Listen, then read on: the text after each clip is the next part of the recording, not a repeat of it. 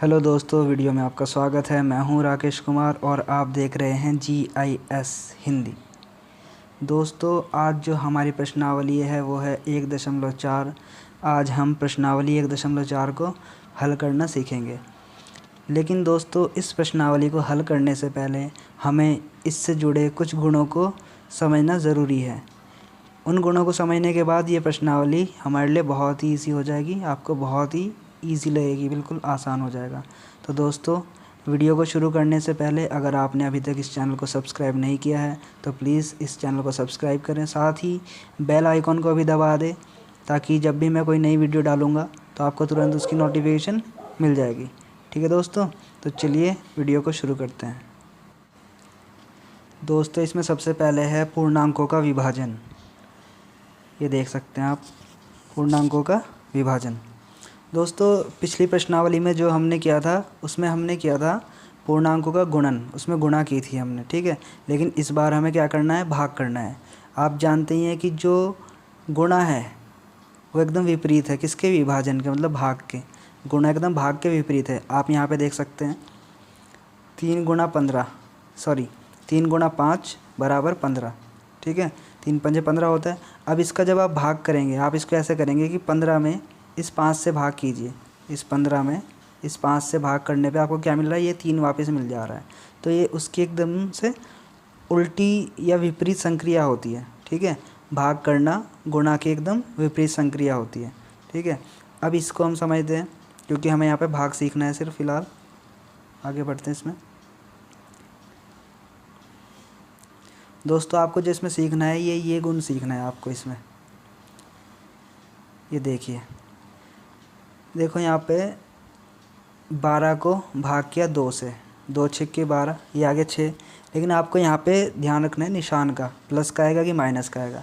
यहाँ पे माइनस का निशान आएगा, देखिए जैसे हमने पिछली प्रश्नावली में किया था, क्योंकि यहाँ पर एक जो पूर्णांक है वो माइनस का है, इसलिए जो आंसर आएगा वो भी माइनस में आएगा। अब यहाँ पर देखिए माइनस के 20 को हमने डिवाइड किया किससे, 5 से। देखो यहाँ पे एक पूर्णांक जो है माइनस का है और दूसरा प्लस का है, तो इस केस में जो आंसर आएगा 5 चौके 20, ये माइनस का ही आएगा, ठीक है दोस्तों। अब इसको ऐसे समझते हैं, दूसरा क्वेश्चन इसमें यहाँ पर समझते हैं। 72 को भाग करा 8 से, 8 ने में 72 हमें मालूम है ये आएगा, लेकिन यहाँ पे भी माइनस में आएगा। क्यों? क्योंकि यहाँ पे देखिए इस बार ये वाला आपका ऋणात्मक पूर्णांक है और ये धनात्मक है, तो एक ऋणात्मक है और धनात्मक है, तो इसलिए यहाँ पे ऋणात्मक ही आएगा। जब भी दोनों पूर्णांकों में से एक ऋणात्मक होगा, निगेटिव होगा, तो आंसर जो उसका निगेटिव में आएगा, चाहे वो गुणा करते समय हो या वो भाग करते समय हो, ठीक है। अब यहाँ पे देख लीजिए क्वेश्चन, ये यहाँ पे जब आप इसको ए वाले को इसमें डिवाइड करोगे 5 से, 100 को भाग करोगे तो कितना आएगा, 20, 20 पंजे 100 होता है। लेकिन निशान किसका लगाना पड़ेगा, माइनस का निशान आएगा, क्योंकि यहाँ पे देखिए ये ऋणात्मक पूर्णांक है, निगेटिव इंटीजर। ऐसे जब आप बी वाले को देखोगे, इसको 9 ने में 81, लेकिन आगे निशान माइनस का आएगा, क्योंकि देखिए ये माइनस का है एक इसमें, तो ऐसे ही ये भी हो जाएगा, ऐसे ही ये हो जाएगा, ठीक है दोस्तों। अब देखिए दोस्तों, इससे हमें क्या पता चला, इससे हमें ये पता चला है कि ए कोई पूर्णांक है, बी कोई पूर्णांक है, बी निगेटिव है, ठीक है। हमें ए में बी से डिवाइड करना है, या फिर ए यही रहा, इस बार हमने ए निगेटिव ले लिया, बी पॉजिटिव हो गया, बात वही है फिर से। ए में हमें बी से डिवाइड करना है, यहाँ पे भी हमने ए में बी से डिवाइड किया था, ठीक है। तो कहने का मतलब ये है, भाग तो वही हो रही है, भाग तो ए में बी से हो रही है, यहाँ पे भी ए में बी से हो रही है, लेकिन अंतर सिर्फ ये है, यहाँ पे बी निगेटिव है, यहाँ पे ए निगेटिव है, ठीक है। तो ये इससे हमें यही पता चल रहा है कि इससे कोई फ़र्क नहीं पड़ेगा, या तो ए निगेटिव हो या बी निगेटिव हो, जो आंसर आएगा वो बराबर ही होगा। इससे हमें ये चीज़ पता चल रही है। लेकिन ध्यान रखने वाली बात है कि बी ज़ीरो नहीं होना चाहिए। अगर बी ज़ीरो हो जाएगा तो डिवाइड नहीं हो पाएगा, वो असंभव है, ठीक है दोस्तों। तो इसको मैं आपको एक एग्ज़ाम्पल से भी समझा देता हूँ, ये क्या है, देखिए मैं बता देता हूँ इसको आपको। ये देखिए, इसमें मान लेते हैं ए है मेरे पास 4 को भाग कर रहा हूँ मैं माइनस के 2 से, ठीक है। तो क्या आंसर आएगा, 2 दूनी 4, 2 आ गया, लेकिन माइनस का आएगा क्योंकि यहाँ पे देखिए ये माइनस वाला था, ठीक है। तो ये तो हो गया, इस चीज़ को लेके मैंने किया। अब मैं इसको लेके करूँगा, इस बार मैं ए यानी कि 4 ले लेता हूँ माइनस का, ये देखिए, ठीक है। माइनस का ले लिया, इसको भाग करना है किससे, बी यानी कि 2 से, तो 2 दूनी 4 इस बार भी, लेकिन इस बार भी माइनस का ही आएगा क्योंकि ये माइनस का है इस बार, पहले ये माइनस का था। ठीक है, तो यही यहाँ पे समझाने की कोशिश की है। अब आगे देखते हैं दोस्तों इसमें। अब दोस्तों इसमें ये गुण देखते हैं, यहाँ पे ए भी माइनस का है और बी भी माइनस का है, मतलब दोनों पूर्णांक माइनस के हैं। तो जो आंसर होगा वो क्या होगा, प्लस में होगा। देखो यहाँ पे हमने माइनस से माइनस को हटा दिया और देखो ये प्लस में हो गया, ए प्लस में और बी भी प्लस में, बीच में डिवाइड का निशान है ही वो। जैसे हमने इससे पहले प्रश्नावली में किया था, जब दोनों ही माइनस माइनस के थे तो गुणा होते वक्त वो प्लस के हो गए थे ना, इस तरीके से। अगर दोनों माइनस के होते हैं तो गुणा करते टाइम ये प्लस के हो जाते हैं, ये कट जाते हैं आपस में और 2 होती है 6 बनता है। ऐसे ही बिल्कुल इसी तरीके से भाग में भी होगा, भाग में भी ऐसे ही होगा। मान लेते हैं ए है -2, सॉरी -2 नहीं लेते हैं और लेते हैं कुछ, ए है -4 और बी है -2। ठीक है, दोनों माइनस माइनस के हो गए। ठीक है, अब माइनस माइनस से ये कट भी जाएंगे, इसको आप छोड़ सकते हो, तो इसको आप सीधा सीधा ऐसे भी लिख सकते हो। ठीक है, 4 डिवाइड बाई 2, तो आंसर जो आएगा 2 2 ज़ा 4, यानी 2 दूनी 4, तो 2 आ गया आंसर। तो कहने का मतलब क्या हुआ, इससे क्या पता चल रहा है हमें, इससे दोस्तों में ये पता चल रहा है कि अगर माइनस और माइनस में हो दोनों ही पूर्णांक भाग करते टाइम, तो जो आंसर आएगा वो पॉजिटिव आएगा। पहले क्या था, अभी एक पॉजिटिव था या एक निगेटिव था, तो उसमें आंसर निगेटिव में आ रहा था, लेकिन अगर दोनों ही निगेटिव होंगे तो आंसर आएगा पॉजिटिव में। ठीक है, एक क्वेश्चन और देख लेते हैं। यहाँ पर ये है, देखिए ये भी निगेटिव ये भी निगेटिव। ठीक, भाग करोगे आप इसको अब डायरेक्टली ऐसे लिख सकते हो, क्योंकि माइनस से माइनस तो कैंसिल हो ही गए। 4 नेम 36, 9, देखो पॉजिटिव में आंसर आ गया। ठीक है, आप डायरेक्ट भी लिख सकते हो उसको। ठीक है दोस्तों, ऐसे ही आप ये कर सकते हो। अब आगे देखते हैं इसमें दोस्तों। अब है इसमें पूर्णांकों के भाग के गुण। अब इसमें भाग के गुण हैं, जैसे हमने पिछली प्रश्नावली में किया था कि अगर दो पूर्णांकों की अगर हम गुणा करते हैं तो जो आंसर निकल के आता है उनका वो भी एक पूर्णांक ही होता है। देखते हैं क्या ये भाग वाले नियम पे भी लागू होगा या नहीं, देखते हैं। 8 को हमने 4 से भाग दिया माइनस के, तो 2 आ गया। ये दोनों पूर्णांक थे तो आंसर भी एक पूर्णांक है। ठीक है, कोई दिक्कत नहीं है। लेकिन अगर हम इसको उल्टा कर दें, -4 को अगर हम -8 से डिवाइड करें तो क्या परिणाम एक पूर्णांक है? नहीं, ये गलत है। ठीक है, यानी कि हम ये कह सकते हैं इसमें कि जो भाग है ये पूर्णांक भाग के अंतर्गत समवर्त नहीं है, यानी कि ये इस कंडीशन को सेटिस्फाई नहीं करेगा, भाग में गुणा में करेगा। ठीक है दोस्तों, आगे बढ़ते हैं अब।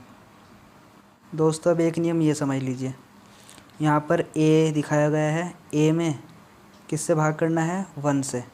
अगर ए में हम 1 से भाग करेंगे तो आंसर क्या आना है? ए।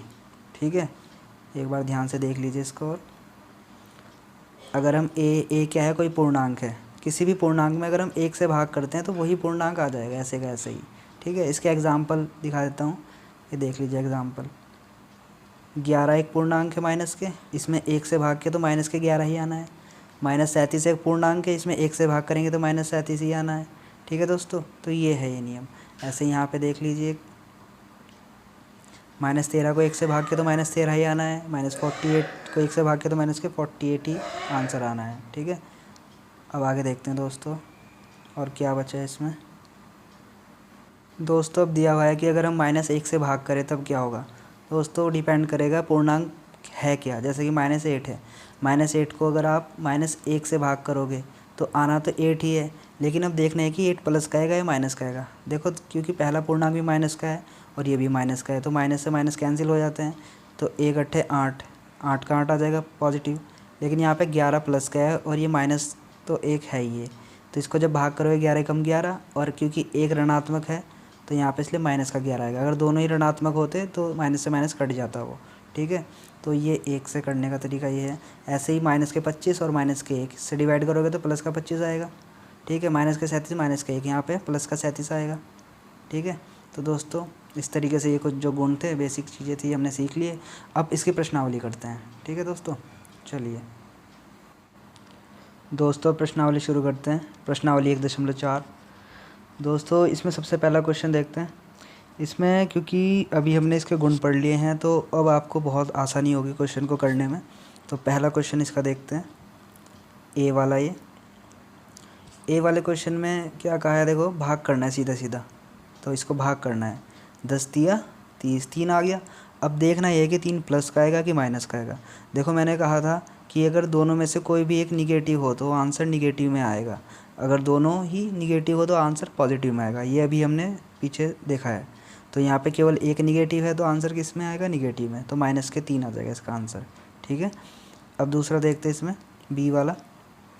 बी में देखिए दोनों में से एक निगेटिव है तो आंसर निगेटिव में आना चाहिए, तो आप डिवाइड कर दीजिए बस 50 को 5 से, 5 धाम 50 और ये निगेटिव में आ गया। ठीक है, सी वाला देखते हैं अब।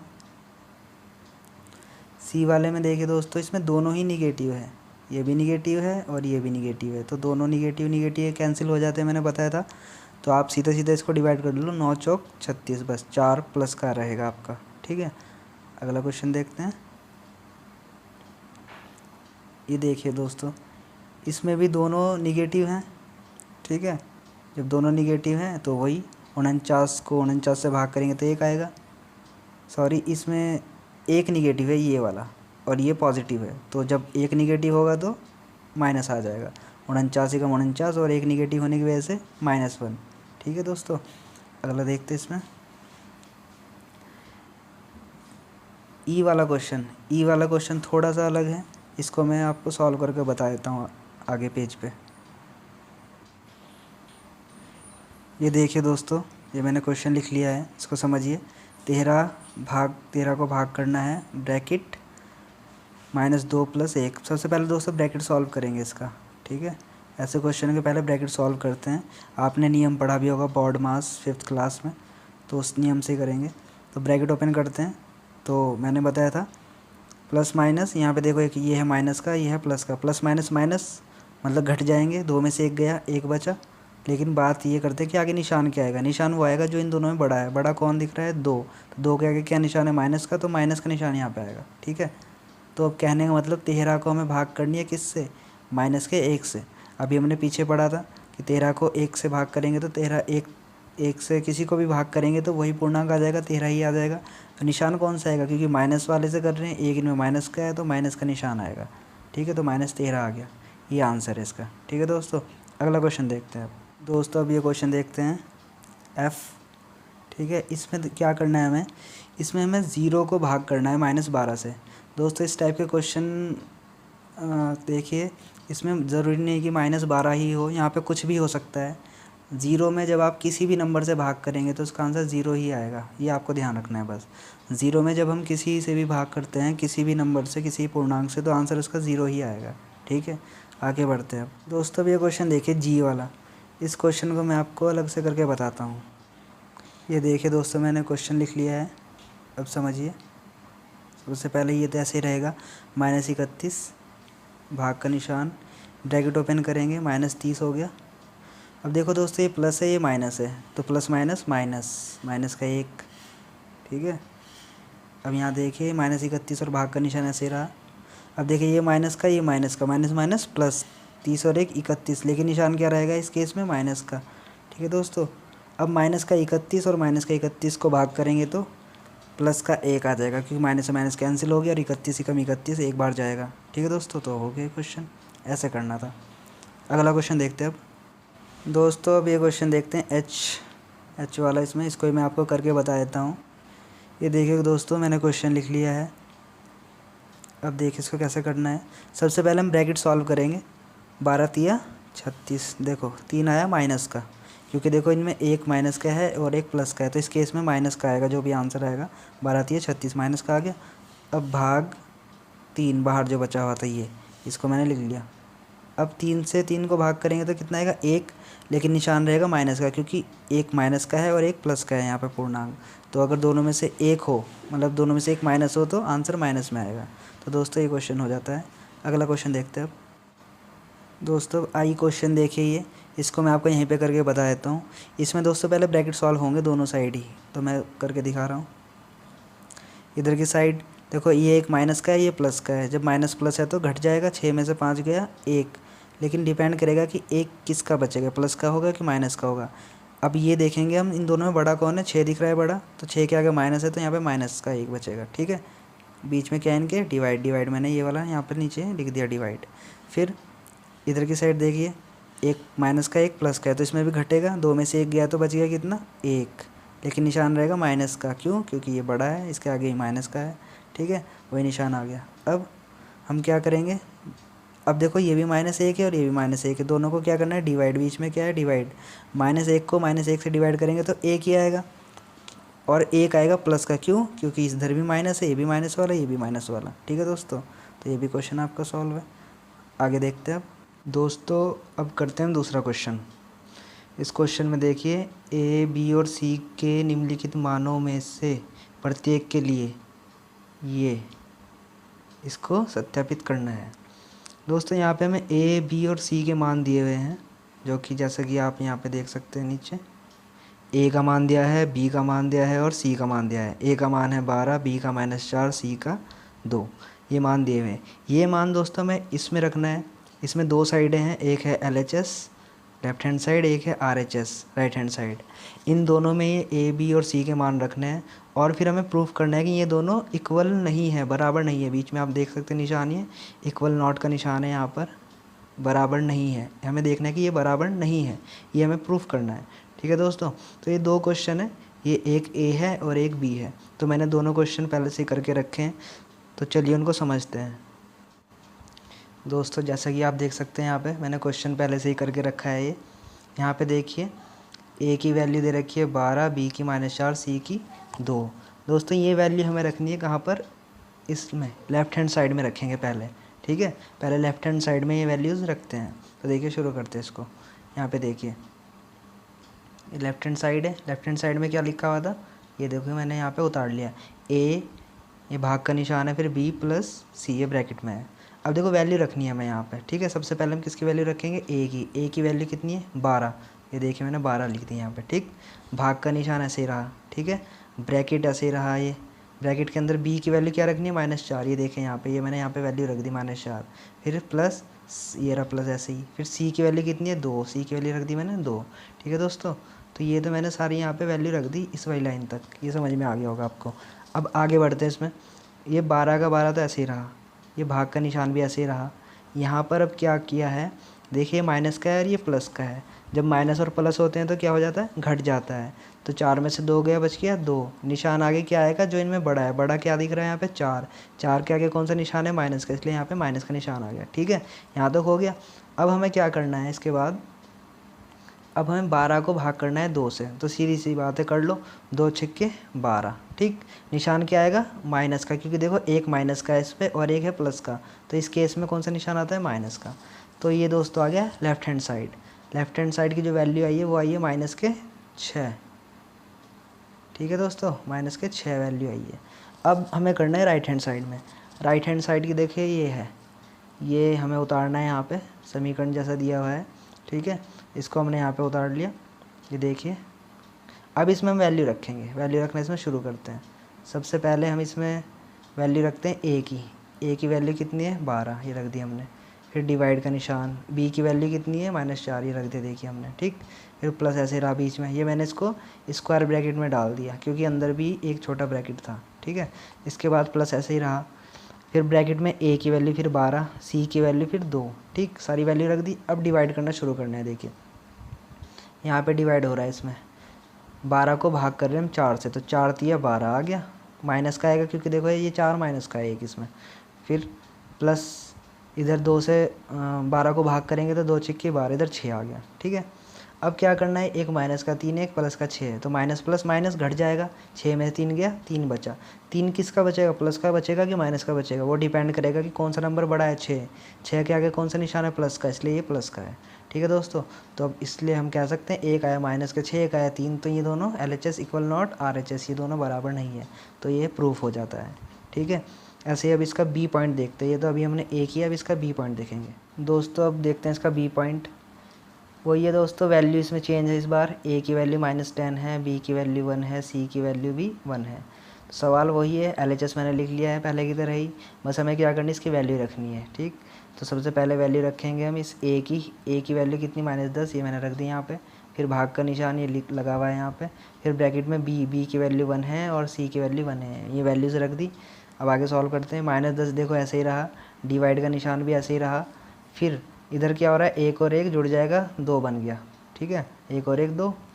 अब यहाँ पे क्या आ रहा है, देखो दोस्तों, यहाँ पे 10 को भाग करना है 2 से, तो 2 से भाग कर लो, 2 पंजे 10। अब जो 5 आया है 2 पंजे 10, ये किसका आएगा, माइनस का, क्योंकि देखो इन दोनों में एक माइनस है, -10 देखिए, ये माइनस का है, एक प्लस का है, तो इस केस में माइनस का आएगा जो आंसर आएगा। ठीक है, तो यहाँ पे आ गया हमारा -5। ठीक है दोस्तों, ये सॉल्व करके आ गया -5। अब देखते हैं RHS में। RHS में हमने सवाल उतार लिया जो, ठीक है, इसमें वैल्यू रखना शुरू कर देंगे। वैल्यू रखते हैं इसके अंदर, a की वैल्यू -10, भाग का निशान, b की वैल्यू 1, ऐसे प्लस का प्लस, a की वैल्यू -10, भाग का निशान, c की वैल्यू 1। यहाँ पे जब हम 10 को भाग करेंगे 1 से तो -10 का 10 ऐसे रहेगा, क्योंकि -10 है। एक से भाग करेंगे तो 10 का 10 ही रहना है, ये पीछे हमने पढ़ रखे हैं नियम। ऐसे यहाँ पे इधर भी वही रहेगा -10, क्योंकि इधर भी 1 से भाग करना है। अब -10 तो देखो ऐसे ही रहा ये। अब देखते इस चीज़ को, ये प्लस का है और ये है माइनस का, प्लस और माइनस क्या हो जाएगा, माइनस। देखिए बीच में आएगा माइनस का निशान। जब ये ब्रैकेट ओपन होगा ना, तो ये ब्रैकेट ओपन होते ही ये माइनस इस प्लस के पास आएगा और इसको क्या कर देगा, माइनस कर देगा। तो इस तरीके से यहाँ पे भी क्या हो जाएगा, नीचे माइनस हो जाएगा। अब यहाँ तक तो समझ में आ गया होगा आपको, यहाँ तक, ठीक है। अब ये -10 और -10, देखो माइनस माइनस क्या हो जाएगा, प्लस, 10 और 10 20, लेकिन निशान रहेगा माइनस का ही। ठीक है दोस्तों, तो आ गया। तो एक तरीके से एक जगह पे आया -5 लेफ्ट हैंड साइड में, और राइट हैंड साइड में आया -20। तो अब देख सकते हैं कि LHS और RHS बराबर नहीं है, इक्वल नॉट। देखिए ये -5 और ये -20, तो इस तरीके से ये भी क्वेश्चन सॉल्व हो जाता है। दोस्तों अगला क्वेश्चन देखते हैं, इसमें तीसरा, इसमें रिक्त स्थान भरने हैं बस, बहुत ईजी है ये बस जो हमने अभी नियम पढ़े थे शुरू में इससे पहले, उस नियमों पे ये आधारित है, उसी पे बेसिस है बिल्कुल ही एकदम। यहाँ पे हम देख सकते हैं अब, यहाँ पे है 369 को भाग करना है किसी नंबर से कि आए 369 ही, तो बहुत ईजी है, 1 से भाग करेंगे, 1 से भाग करने पे वही आ जाएगा। ठीक है, ये हमने पीछे नियम पढ़ा था। अब हम बात करते हैं बी वाले क्वेश्चन में। बी पे देखते हैं, 75 को किसी ऐसे नंबर से भाग करना है कि माइनस का 1 बच जाए। तो सीधी सी बात है, 75 को आप भाग कर दो 75 से, 75 ही कम 75 रहेगा और माइनस का 1 आ जाएगा, क्योंकि 1 75 जो है माइनस का, इसलिए माइनस में आएगा आंसर। ऐसे ही सी वाले में देख सकते हैं आप, यहाँ पे आपको माइनस के 206 से ही इसको भाग करना पड़ेगा, तो आंसर आपका आ जाएगा 1, क्योंकि जब आप -206 को -206 से भाग कर दोगे, माइनस से माइनस कट जाएगा, 206 ही कम 206 आ जाएगा। ठीक है, डी वाले में आप देखिए, अब डी वाले में आपको भाग करना पड़ेगा, आपको लाना है 87। ठीक है, तो 87 ही लाना है, तो आप क्या करेंगे, भाग करेंगे -1 से, क्योंकि देखो ये माइनस से माइनस कट जाएगा, और 1 से 87 को भाग करेंगे, 87 आ जाएगा। ठीक है, आगे देखो इसमें, अब देखते हैं इसमें ई वाला, ये ई वाले में देखते हैं। इसमें कहा गया है कि यहाँ पर क्या हम नंबर लें कि उसमें 1 से भाग करने पे माइनस के 87 आ जाए। तो सीधी सी बात है, आप माइनस के 87 ले लो, 1 से भाग करोगे तो यही आ जाएगा। ठीक है, ई के बाद अब देखते हैं एफ़ वाला। एफ़ में देखिए, इसमें भी कहा गया है, यहाँ पे एफ़ वाले क्वेश्चन में,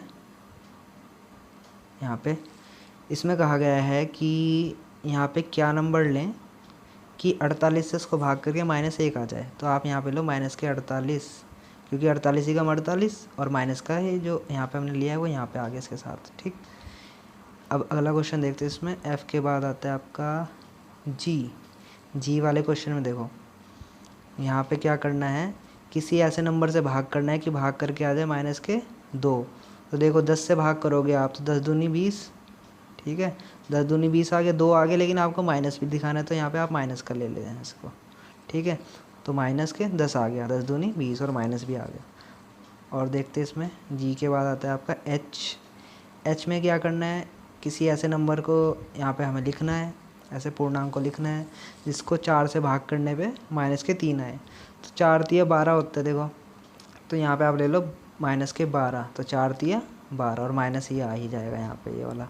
ठीक है, तो बस ये ऐसे हो गया। अगला क्वेश्चन देखते हैं अब इसमें। अगला क्वेश्चन दोस्तों है यहाँ पे 4th नंबर का। इसमें कहा गया है क्वेश्चन में, इसमें कहा गया है कि 5 ऐसे पूर्णांक युग्म लिखने, आपको ऐसे जोड़े देखने पूर्णांकों के कि उनको भाग करके -3 आ जाए, ठीक है। उनको भाग करके कितना आना चाहिए, -3। जैसे एक जोड़ा यहाँ पे उन्होंने खुद दिया हुआ है कि 6 को अगर मैं 2 से भाग करूँगा तो 2 तिया 6 -3 आ जाएगा। तो इस तरीके से, ठीक है, ये दिखा रखा है। तो हमें ऐसे ही हमें 5 जोड़े और देखने हैं जिसमें -3 आए। तो ये मैं NCERT सॉल्यूशन से आपको समझा देता हूँ, उसमें हो रखा है ये, ठीक है। तो वहाँ देख लेते हैं इसको।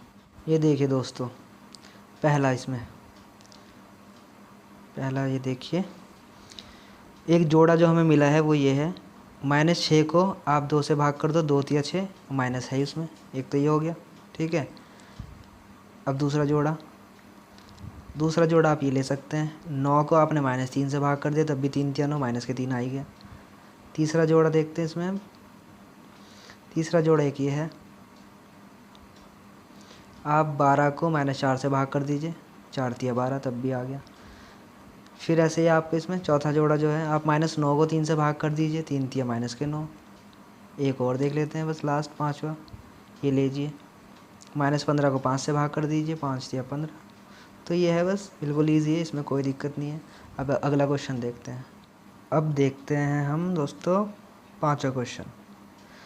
दोपहर 12 बजे तापमान 0 से 10 डिग्री सेल्सियस ऊपर था।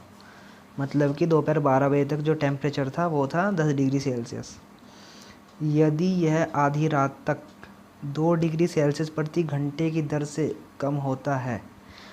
अब ये क्या हो रहा है, ये तापमान कम हो रहा है आधी रात तक, यानी कि दोपहर 12 बजे से रात के 12 बजे तक ये कम हो रहा है। किस हिसाब से कम हो रहा है, 2 डिग्री सेल्सियस प्रति घंटे की दर से, यानी कि हर घंटे 2 डिग्री सेल्सियस तापमान कम होता जा रहा है।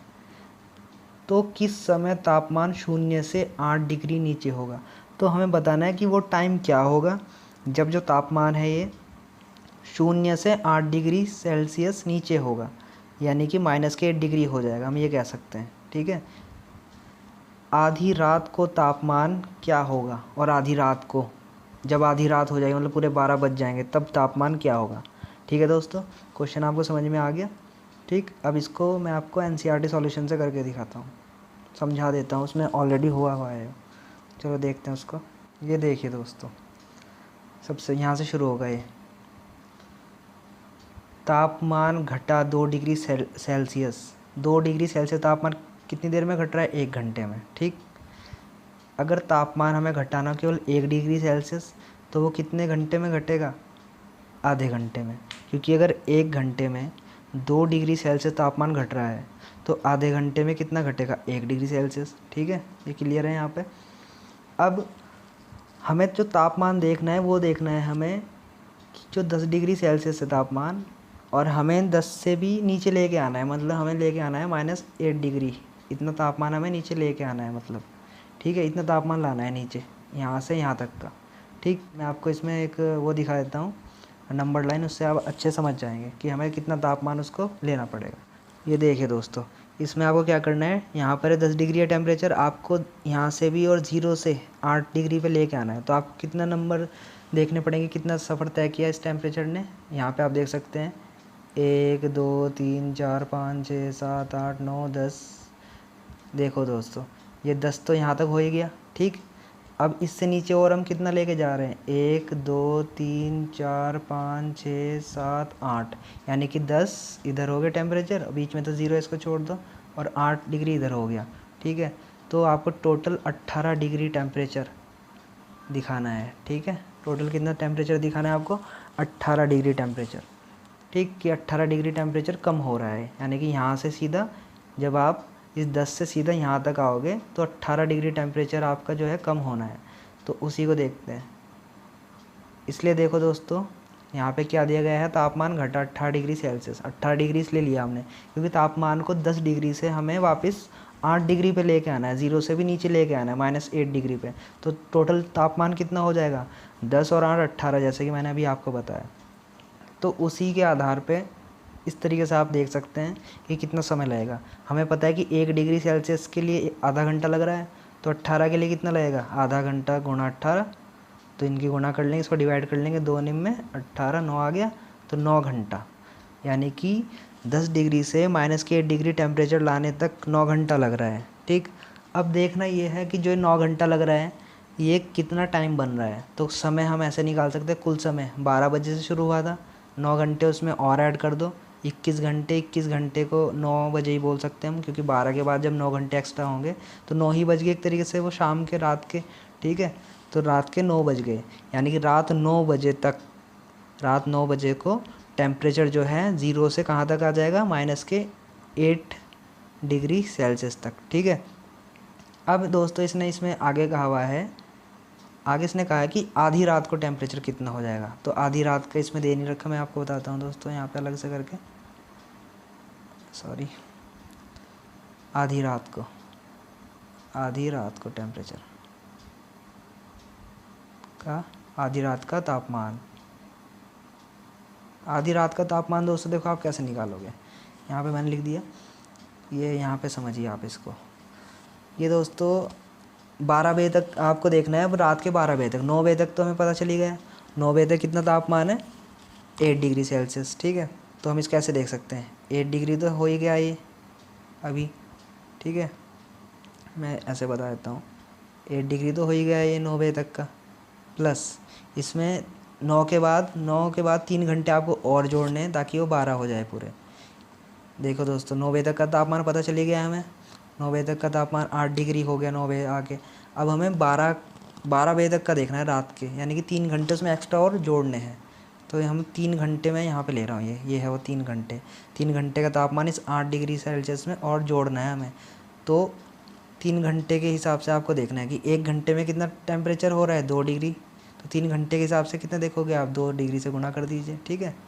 तो 8 डिग्री तो ऐसे ही रहा, और प्लस 3 दूनी 6 डिग्री, यानी कि 3 घंटे में रात के 12 बजने तक, 9 से 12 बजे तक 6 डिग्री टेम्परेचर और नीचे जाएगा। अब इन दोनों को जोड़ लेंगे, 8 डिग्री तक तो हो ही गया था, 6 डिग्री और नीचे चला गया, 8 और 6 14 डिग्री। 14 डिग्री दोस्तों रात के आधी रात तक 14 डिग्री टेम्परेचर नीचे जा चुका होगा, ठीक है दोस्तों। मेरे ख्याल से क्वेश्चन समझ में आ गया होगा आपको। अगला क्वेश्चन देखते हैं दोस्तों। अब छठा क्वेश्चन देखते हैं। इस क्वेश्चन में क्या कहा है देखिए, एक कक्षा टेस्ट में प्रत्येक सही उत्तर के लिए +3 अंक दिए जाते हैं। एक कक्षा में टेस्ट हो रहा है, उसमें सही उत्तर के लिए 3 अंक दिए जा रहे हैं। जो भी उत्तर सही होगा प्रत्येक सही उत्तर के लिए 3 नंबर दिए जा रहे हैं, और प्रत्येक गलत उत्तर के लिए -2 अंक दिए जाते हैं। मतलब अगर गलत उत्तर दिया तो उसमें -2 अंक दिए जाएंगे, और सही के लिए +3 अंक, ठीक है।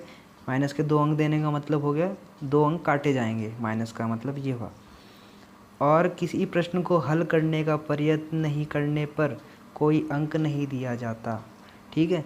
तो बस सबसे पहले तो आपको यही समझना है कि एक टेस्ट हो रहा है, टेस्ट में प्रत्येक सही उत्तर के लिए +3 अंक दिए जा रहे हैं, और प्रत्येक गलत उत्तर के लिए -2 अंक दिए जा रहे हैं, ठीक है। सबसे पहला पॉइंट है, राधिका ने 20 अंक प्राप्त किए। राधिका पे टोटल 20 अंक है, 20 अंक उसे मिले हैं। यदि उसके 12 उत्तर सही पाए जाते हैं, ठीक है, 12 उत्तर उसके सही है बिल्कुल, तो उसने कितने प्रश्नों का गलत उत्तर दिया है। तो हमें यही बताना है कि उसके कितने प्रश्न गलत हैं। तो चलिए इस क्वेश्चन को देखते हैं दोस्तों। ये देखिए, सही हल के लिए दिए गए अंक 3 अंक दिए जा रहे हैं। अगर क्वेश्चन कोई सही है तो उसके कितने क्वेश्चन सही है, 12 सही हल के लिए दिए गए अंक। 12 के लिए 3 के हिसाब से कितने हो जाएंगे, गुणा करेंगे तो 12 3 36। 12 क्वेश्चन सही है, यानी कि 36 नंबर उसको मिल गए 12 क्वेश्चन सही करने के। राधिका को प्राप्त अंक, जो राधिका को अंक मिले थे टोटल, फाइनली जो टेस्ट में नंबर मिले थे प्राप्त अंक, वो है 20, ठीक है। इतने नंबर उसको मिले थे, और इतने उसके बैठ रहे हैं 12 सही करने की वजह से।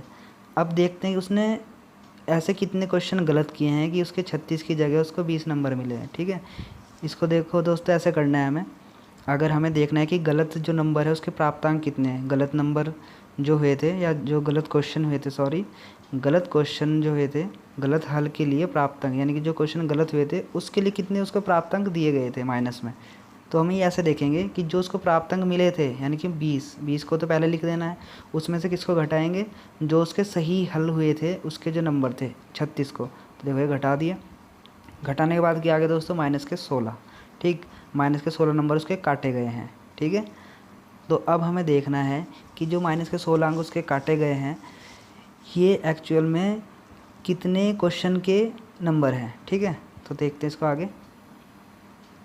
यहाँ पे देखिए, हमें पता है कि एक गलत हल के लिए 2 अंक काटे जा रहे हैं, मतलब माइनस के 2 अंक दिए जा रहे हैं, हम ये भी कह सकते हैं।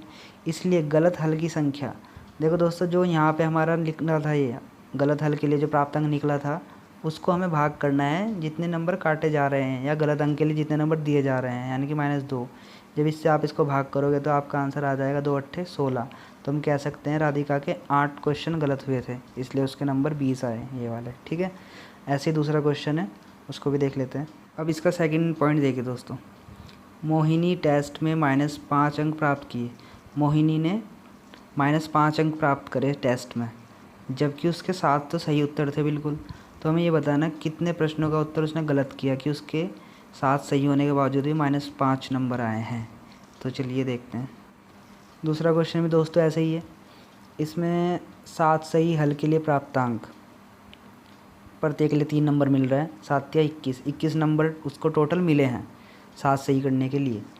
लेकिन जो उसको फाइनली जो अंक मिले हैं, जो टेस्ट के प्राप्त अंक है, वो है -5। तो बाकी के नंबर कहाँ चले गए? 21 नंबर जो उसके बन रहे थे वो -5 कैसे हो गए, वो देखते हैं। इसके लिए हमें पता करना होगा कि उसके कितने नंबर काटे गए हैं। तो यहाँ पे हम लिखते हैं, देखो दोस्तों, गलत हल के लिए प्राप्त अंक, देखते हैं कि गलत हल के लिए कितने प्राप्त अंक निकल के आ रहे हैं। तो जैसे अभी हमने पहले किया था, जो उसके प्राप्त अंक थे ये, यानी कि -5, इसमें से घटाएंगे ये जो उसके सही हल के आए थे, देखो ये हमने घटा दिए यहाँ पे। माइनस माइनस क्या हो रहा है दोस्तों? प्लस, तो माइनस के 26, यानी कि माइनस के 26 अंक जो है उसको दिए गए हैं गलत हल करने के लिए। गलत उसने क्वेश्चन को किया था, इसलिए माइनस के 26 अंक उसे दिए गए। अब हमें पता है एक गलत हल के लिए -2 अंक दिए जा रहे हैं, इसलिए गलत हल की संख्या कितनी हो जाएगी? इसी 26 को हम भाग करेंगे इससे, इस 2 से, तो भाग कर देंगे 26 को 2 से, 13 दूनी 26, तो बराबर 13। यानी कि दोस्तों उसने 13 क्वेश्चन गलत किए थे, इसलिए उसको जो है नंबर -5 मिले। ठीक है दोस्तों, अब आखिरी क्वेश्चन देखते हैं इसका। दोस्तों ये आखिरी क्वेश्चन देख लेते हैं इसका। एक उत्थापक, दोस्तों उत्थापक का मतलब होता है यहाँ पे लिफ्ट होती है ना, उसको बोलते हैं उत्थापक। एक उत्थापक किसी खान कूपक में, यानी किसी खान में जा रहा है, जो खान नहीं बनी हुई होती, खान जैसे कोयले की खान होती है, गहरी होती है काफ़ी, तो ऐसे एक लिफ्ट है, वो उस खान में जा रही है। वो जो उसकी रफ्तार है 6 मीटर प्रति मिनट की दर से नीचे जाता है। ठीक है, यानी कि 6 मीटर प्रति मिनट की दर से जा रही है वो नीचे, यानी कि 1 मिनट में 6 मीटर नीचे जा रही है वो जो लिफ्ट है। यदि नीचे जाना भूमि तल से 10 मीटर ऊपर से शुरू होता है, अगर नीचे जो जाने का काम है ये शुरू हो रहा है भूमि तल से 10 मीटर ऊपर से, जैसे कि अगर हम बात करें जो लिफ्ट है वो ज़मीन से भी और 10 मीटर ऊंचाई पे से नीचे जा रही है फिर। ठीक है, यानी कि डायरेक्ट ज़मीन से ही नीचे एकदम खान में जा रही है, उससे भी 10 मीटर और ऊंचाई से, तब वो नीचे की ओर जा रही है। ठीक, तो -350 मीटर पहुंचने में कितना समय लगेगा? तो वो सीढ़ी जो वो लिफ्ट है, वो लिफ्ट माइनस के 350, यहाँ पे माइनस इसलिए दिखाया गया है क्योंकि सीढ़ी नीचे की ओर जा रही है, यानी कि 0 से भी नीचे माइनस में जाएगी फिर ये। तो 350 मीटर नीचे पहुँचने में कितना समय लगेगा, ये हमें बताना है। ठीक है, तो दोस्तों करते हैं इस क्वेश्चन को।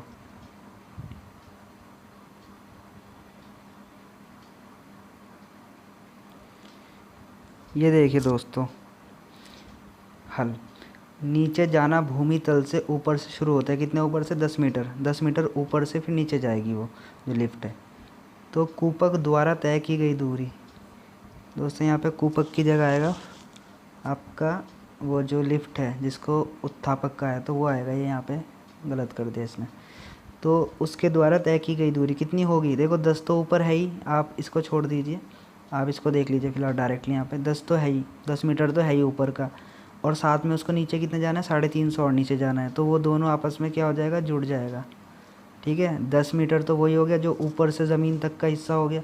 ठीक है, और फिर बाकी 350 नीचे जाएगा वो, तो टोटल जो इसको टोटल जाना है, टोटल कितना जाना है? 360 मीटर नीचे जाना है उस लिफ्ट को, क्योंकि 350 तो ज़मीन से लेके नीचे तक ही हो गया जहाँ तक इसे जाना है, और 10 मीटर ऊपर का एक्स्ट्रा लगा लो, ज़मीन से ऊपर का 10 मीटर। ठीक है, क्योंकि 10 मीटर ऊपर से वो लिफ्ट नीचे जाएगी, तो टोटल उसको 360 मीटर की दूरी तय करनी है, उस लिफ्ट को नीचे जाना है। ठीक, अब 6 मीटर तय करने में जो समय लगता है, यानी जब 6 मीटर दूरी वो तय कर रही है, लिफ्ट 1 मिनट में कर रही है, क्योंकि 6 मीटर प्रति मिनट उसमें बोला हुआ है क्वेश्चन में।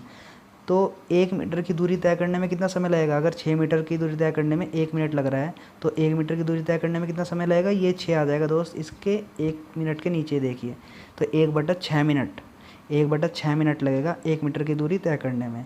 इसलिए उसको दूरी कितनी तय करनी है? इसलिए 360 मीटर की दूरी तय करने में कितना समय लगेगा?